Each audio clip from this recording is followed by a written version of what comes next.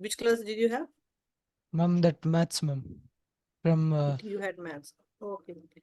7:10 No problem. to Let's 8, wait. ma'am. Sorry, 7:10 to 7:50. 7:10 to 7:50. Okay, okay, okay. No problem. Okay. Let's wait for others to join, and then we will begin.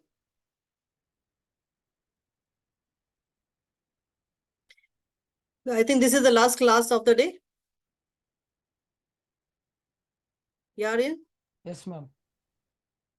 Okay, okay.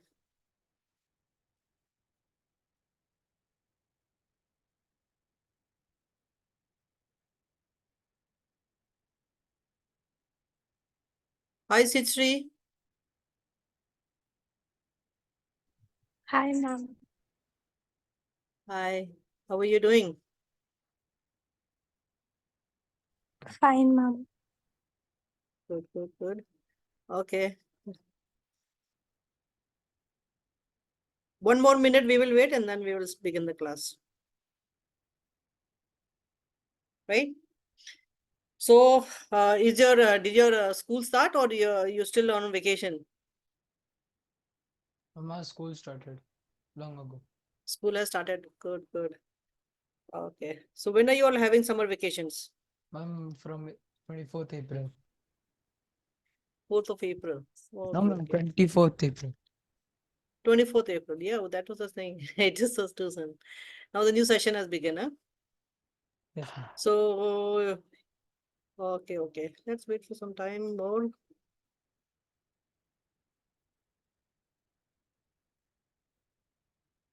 Okay, let's see if anybody is joining. I don't think anybody more is going to be joining. We will start, okay? Let me share my screen.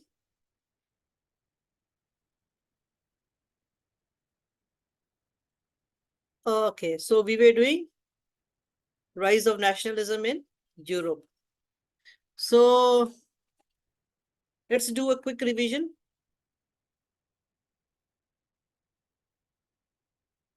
We had done, okay, we had done the revolution of the liberals last class, okay? So again, once again, what the liberals were the people who were of the middle class. They were neither the uneducated. They were the educated group. They were the businessmen, and they wanted freedom in freedom for themselves. And they, because they were educated, they wrote the constitution for themselves. And also they, what happened? What was the problem that happened with them was that they left out the landless men and they left out the women. Okay, so because leaving them out, they lost support of them. And they had gone to a church in Frankfurt, and they held their assembly, all German National Assembly over there. And there they were about 831 members. But the problem was these all belonged to the middle class, and they ignored the women and they ignored the artisans or the landless men. Okay, so because why did their revolution was weakened was because they had lost support of the women and the artisans. And also the king of Prussia. The king of Prussia, they took their idea to the king of Prussia, yet they did not get support from them. Okay, and the army and their revolution was suppressed by the army. Okay, so this was not the end of them. What they did, they again but the because of this, although they were suppressed, the monarchs got this feeling that they cannot fight back the liberals for long, so they gave them some concessions. What concessions they gave them? They abolished the freedom and abandoned bonded labor from Habsburg dominance and Russia, and they granted Hungarians autonomy in 1867. Okay. Next comes the making of Germany and Italy. We will discuss this here. Germany and Italy. Now, under this topic, we will study Germany and Italy how they became a unified nation. We had spoken about Greece. Greece was the only revolution that had been successfully that was successful, and they were recognized as a nation. Now let's talk about Germany. So what happened here?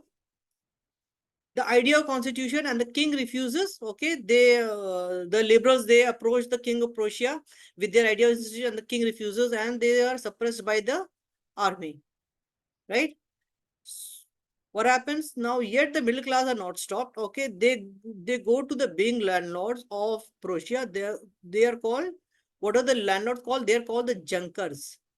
Yeah, like just like you can remember by the word junkie, right? So they were junkers of Prussia. So they were they agreed to help. Okay, the junkers agree to help, and they take over the leadership of the movement of the Germany unification, and now all the responsibility they take upon them. So what they do?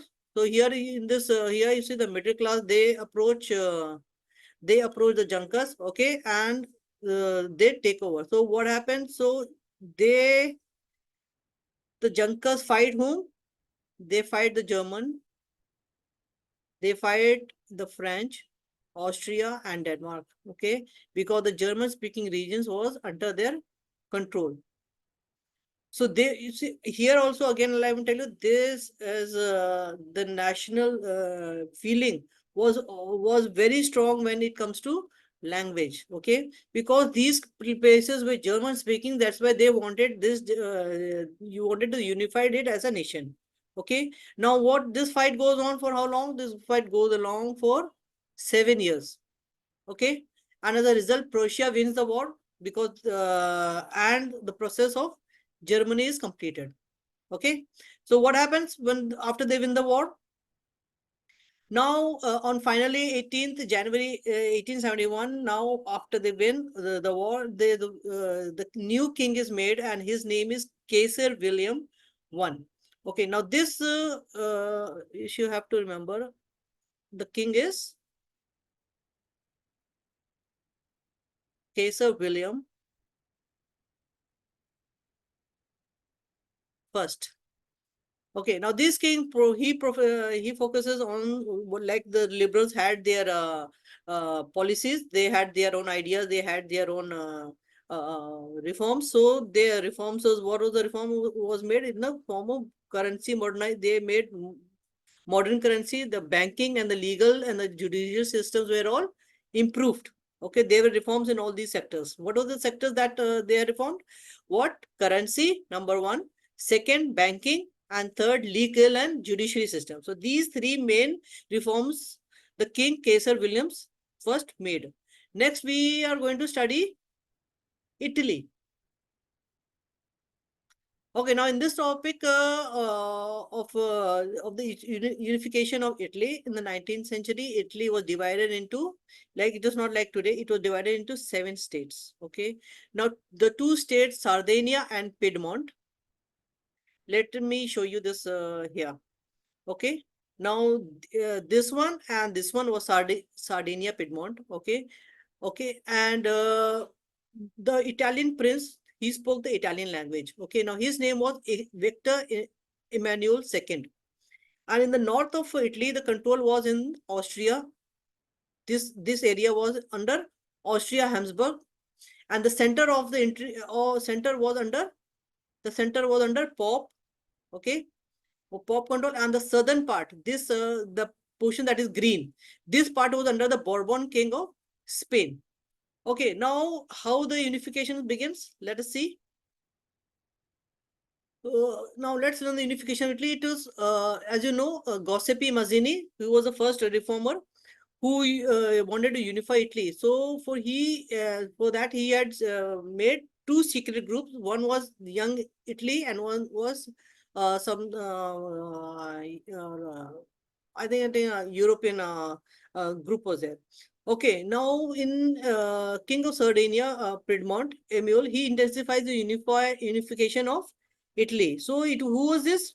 He was inspired by Giuseppe, but who did it? It was Sardinia, Piedmont. Okay, he implemented his idea. Whose idea it was? It was Giuseppe Mazzini. Remember that.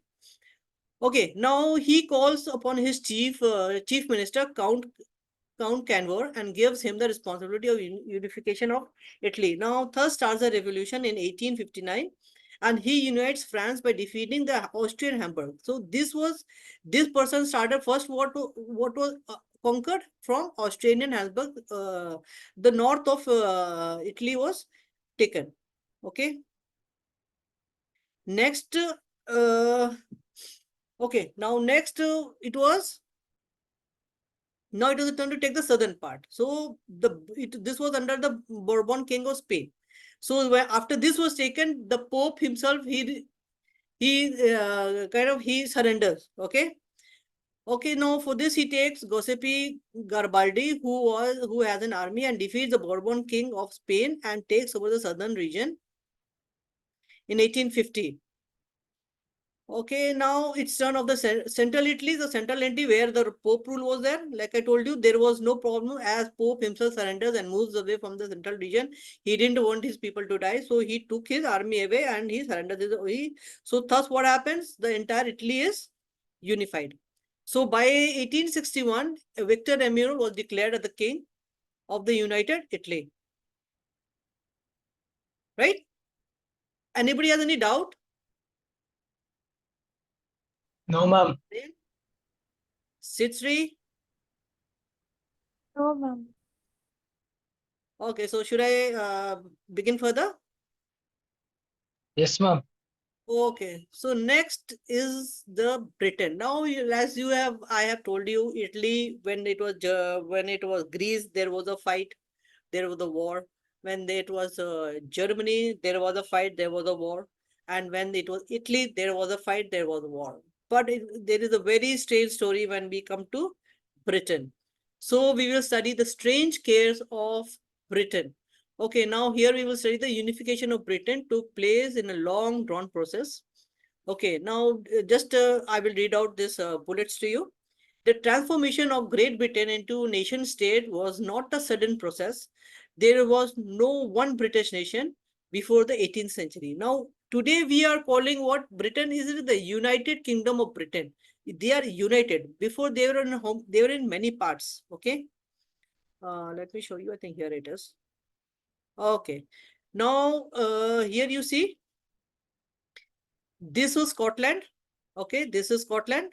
Then this green part is Wales, and this gray part is Ireland. Okay, now England has taken over Wales, Scotland, and Ireland in a very long process. Okay, uh, that was not done with a war. Okay, so people residing in British Isles were mainly English, Welsh, Scots, and Irish. Okay, now these ethnic groups had distinct political and social tradition. As the English nation grew in wealth and power, it began to dominate the other islands. Okay, now people in Scotland spoke Scottish. They did not speak English. Okay, now people in Ireland, they spoke Irish. They did not speak English. The people in Wales, they spoke, I think, Welsh. There was a language, Welsh. They did not speak English. Okay. But England had become powerful, so they began to gradually empower them. So it was not by war. They did not empower them by war. Okay, so in 1688, the British Parliament seized power from the monarchy. The Parliament passed the Act of Union. See, as you know, there was king over there. Kingdom was there in England also, but there was an Act of Union was there, and by which England and Scotland were unified. How were they unified? They were unified by an act. Okay, the England king, England people, they went and spoke to Scotland, like we should be together, right? I and you should be together. We will rule the world, and we will what not. They did the talking. Okay, so Scotland knew England was powerful and dominant, so they agreed to them. Right now, the Parliament dominated by English. Okay, and the political and cultural identities of the Scots were systematically suppressed. So what happened? Time by time, they begin to employ English all over. No, no, no. We are going to write the books in English. We are going to speak in English. So Scottish was suppressed. Okay.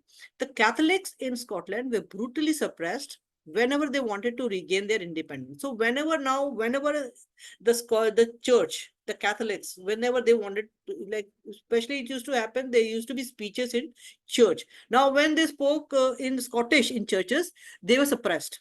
They were brutally suppressed, means they were violence was used. Now, Ireland was inhabited by the Protestants and the Catholics. Okay, the English supported the Protestants and established their rule with the help and support of the Catholics. Okay, now just like what happened in India, divide and rule. That is the policy that the British used over there in Ireland also. They supported the Protestants. Okay, and there was fight between the Protestants and the Catholics. So when the two fight, the third person gets its bite, right? So, okay. Yes, ma'am. So Ireland forcibly became a part of Britain. Yeah, you saying something? My side, yes. Yeah. So when two people fight, the third person gets its bite, right? So this is what the British did in India. This is what they did all over. They always, wherever they made a fight between one religion or another. If it is a religion, if it is a language, they put in a fight and then they got their share. So Ireland forcibly became a part of Britain in 1801. The English language dominated and both Scotland and Ireland were subordinate to England. Now even those who were in the churches, they had no power because uh, they were weak in front of the dominant English. So they, without a war, they were given in because they fought among themselves, right? So this is a strange case between because the formation of nation in Great Britain was not a result of sudden upheaval or revolution. The people did not revolt over there. It was rather a result of a long drawn process. Okay, so this was a great chronology, or you can say algorithm, that the British used. So okay, so this question is important. It might come into exam. So I have simplified it by these bullets. So you have to learn this. And what was the strange case of Britain, or how was the United Kingdom of Britain made? Okay. So this is a map where there are people. Okay. Yeah. The Wales were the Welsh, Irish in Ireland. Okay. And Scotland lived the Scot. And in England lived the English. They were all different people, and they even had different tradition. They even had different language. They had different costumes also. But they were all united into one. Okay, now Wales became a part of England since 1535, and the monarch was free in 1688 in England. But after monarch remained, but most of the power goes to the parliament. Now England thinks of capturing the neighboring states to expand themselves. First, he focuses on Scotland. Okay. Okay, now when this is England, now when he goes to Scotland, then he goes to Ireland. Okay, this is how the chronology is made. So in 1688, English Parliament seized the power of from the monarch. Okay, and first they take the power from the monarch. That is the kingdom of England is taken, and then they focus towards Scotland.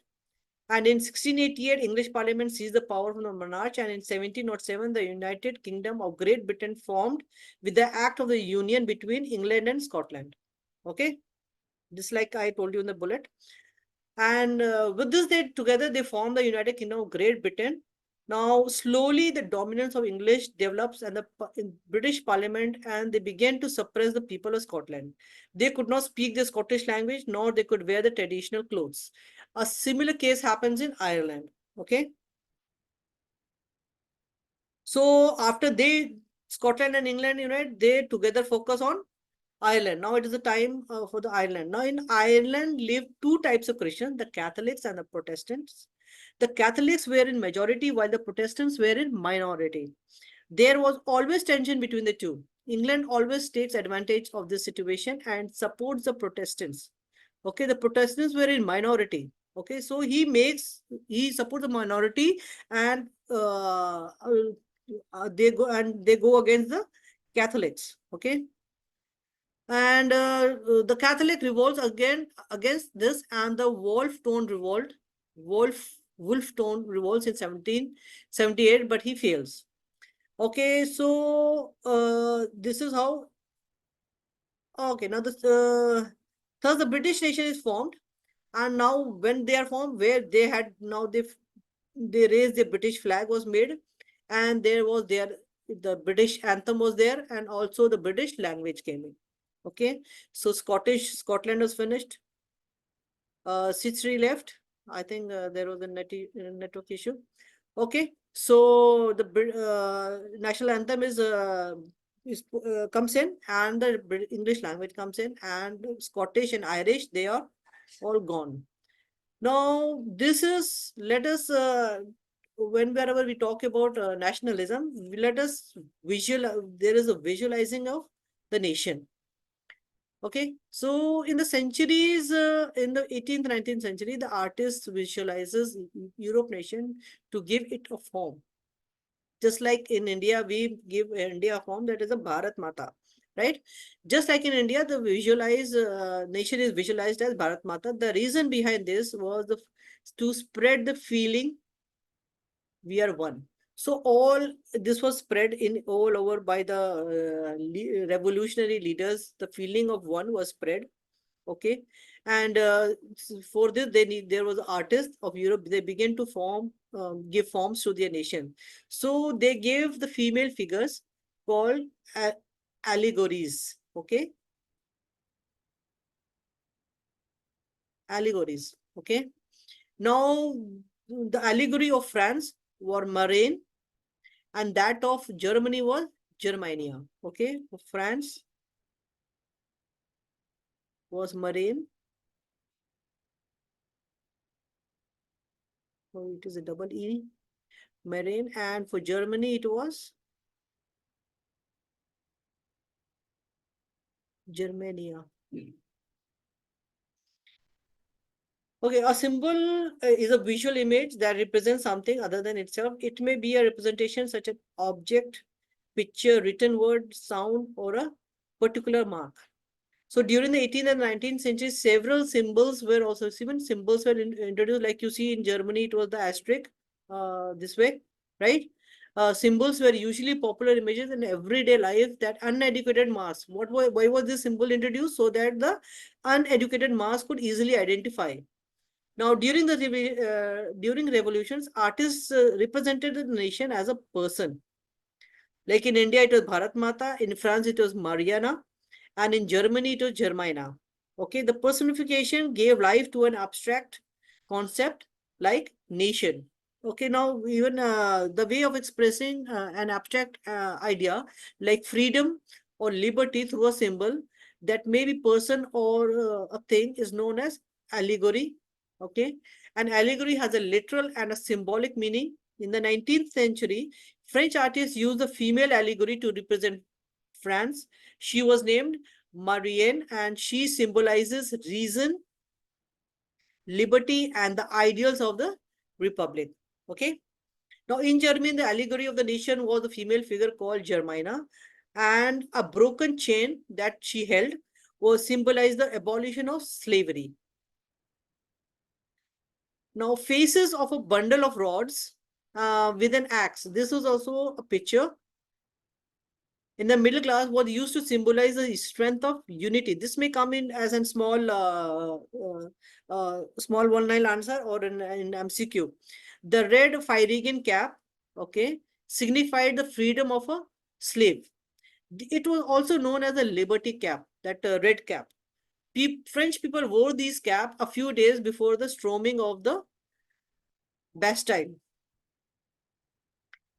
Any doubt till now, Aryan?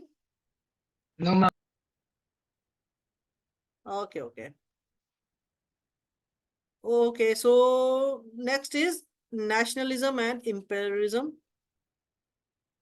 The meaning of nationalism is the belief that your own country is better than all others. Okay, this is a person who has nationalism. This person, you can say, like you say in Hindi, Kattarwadi. Okay, no, nothing is better than India. Okay, there are people in India who are like that.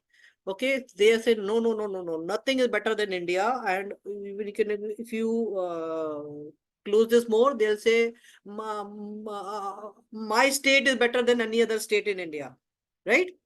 A Bihari will say Bihar is the best of all of Indian states. A Kashmiri will say Kashmir is the best of all of Indian states. Okay, so this is a problem in one's thinking. So it is important not to confuse nationalism with patriotism. Patriotism is different from nationalism. By the end of the 19th century, the nationalism feeling began to convert to imperialism. Now let us understand what is imperialism. Imperialism is when one large nation begins to occupy smaller nations to expand its territories and power. It is called imperialism. Means we should have more. We should have more land for our country. Okay, I don't care. We should expand. So what is this? This is called imperialism.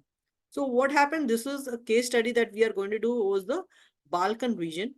Like you see, this person is here, he's in power. Now he is putting his hand all over whatever nation is his neighbor, is in his neighborhood. He is expanding and he is capturing all the regions around him.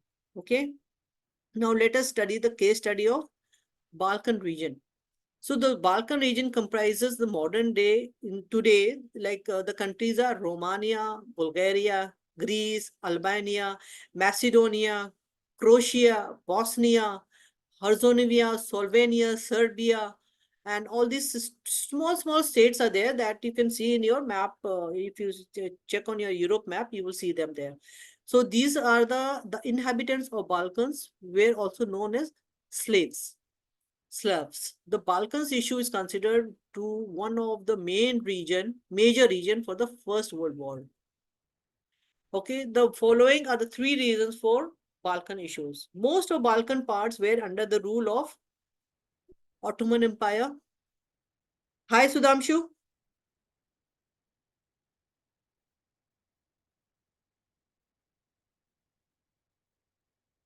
Okay, let's so the most of Balkan parts were under the empire of Ottoman Empire. Okay, the people of Balkan demanded their freedom and their political life. They wanted to become a different an independent nation, and they wanted freedom from Ottoman Empire. Even Greece was under the Ottoman Empire, like we have read earlier. So like Greece, when Greece got their freedom, everybody else got that idea, right? So most parts of the Balkan they wanted an freedom. Okay, so now Balkans wanted to capture more territories, and this led to the power of rivalry. Okay, now when one person is occupied, the other person says, why should I not occupy? Right? So the European powers were conflicted as other countries such as England. Now bigger countries like England and Russia, Germany, Austro-Hungary, they also wanted to capture Balkan. Okay. Now, this was the reason that World War I had begun. So, let us take a brief bullets here. Now, Balkan region, it was under the control of Ottoman Empire. The Balkans was a region of geographical and ethnic variation comprising modern day Romania, Bulgaria. Like you see, the Balkans area is here. Yeah. Now, these are the adjoining. Now, here you have Russia. Okay, you have Italy. Okay, so now the bigger countries over there. So due to the disintegration of the Ottoman Empire, because the Ottoman Empire was not able to take control of their regions, so one by one Balkan states broke away from its control and declared independence. Fiercely jealous of each other and each hoped to gain more territory at the expense of the other, means they began to fight each other to expand their territories. Means there was fight among themselves. Okay.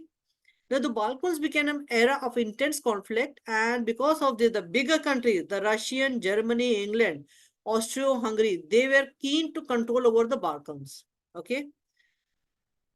So further, because of this disaster, many people started anti-imperial movement. Means one should not conquer over another nation because it is small or it is weak. Okay, so this anti-imperial movements were started. Now it was because of the imperialism that nationalism was spread, mainly because people wanted freedom from the dominance country. So what happened in the Balkans? What was the reason for the First World War? Because they were small country and they broke from the Ottoman Empire. Now the they were, because they were small, they were weak. So countries like Russia and everything, they began to occupy them. So that's why anti-imperial movements were started, so that everybody's territory was marked and respected, and there was a UN was made, so that if there is a problem, should go to the UN, and there were rules and regulations. Nobody could now, before like it was in during the kingdom, the army would march and occupy anybody. So now there was rules and regulations for all nations, and that was everybody should respect the territories of each other's nations. Okay, so hence we approach the end of the chapter. Any doubt, Aryan? No, ma'am. Okay, we will let's we have, I think, a few minutes. We will do let me see if you have remembering anything. I think you have let us do this. Who was the founder of the secret revolutionary society, Young Italy, and a champion of the movement of Italian unity known as Risorgimento? What is the Visib answer? Mazzini. Visib Mazzini. Good. Okay, it is Mazzini. Three of the key figures of the unification of Italy were Mazzini, Garibaldi, and Count. So option C, ma'am. Count Camillo de Cavour. no, good. Offensive. Who were the female allegories of the French and German nations, who stood as personification of ideals like liberty and the republic? Option B, Marianne and German. And Germania. Good. Okay. Which parliament was the first freely elected parliament for all Germany, including German populated areas of Austria-Hungary, elected in 1st May 1848? And option D, Frankfurt, the Frankfurt Parliament. Yeah. So, okay, there is a few, we will do few more. Choose the correct option. What major issues were criticized by the liberal nationalist? A option A, censorship laws to control the press. Yeah. Okay, name the Italian revolutionary from Genoa. Option C, Giuseppe Mazzini. Italian revolutionary, yeah. What was Young Italy? Option B, secret society. Secret society, good.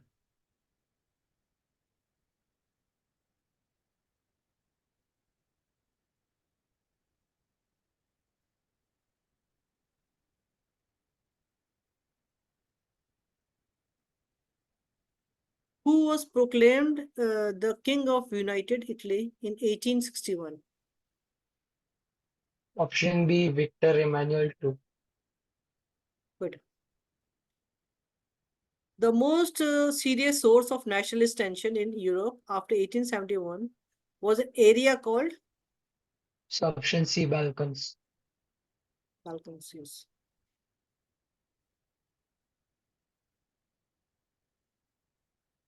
Which of the following did the European conservatives not believe in? Option C, a return to society of pre-revolution days. Yeah. Which of the following was not a part of Napoleon's defeat? Option D.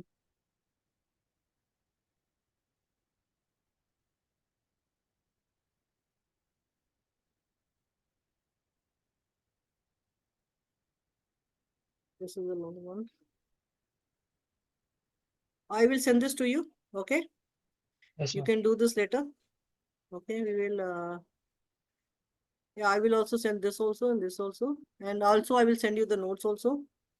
You can Yes, ma'am. check on WhatsApp for the notes that I will send you, and also I will send the homework.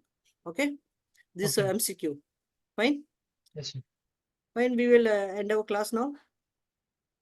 Thank you, ma'am. Bye, ma'am. Bye bye. Good night.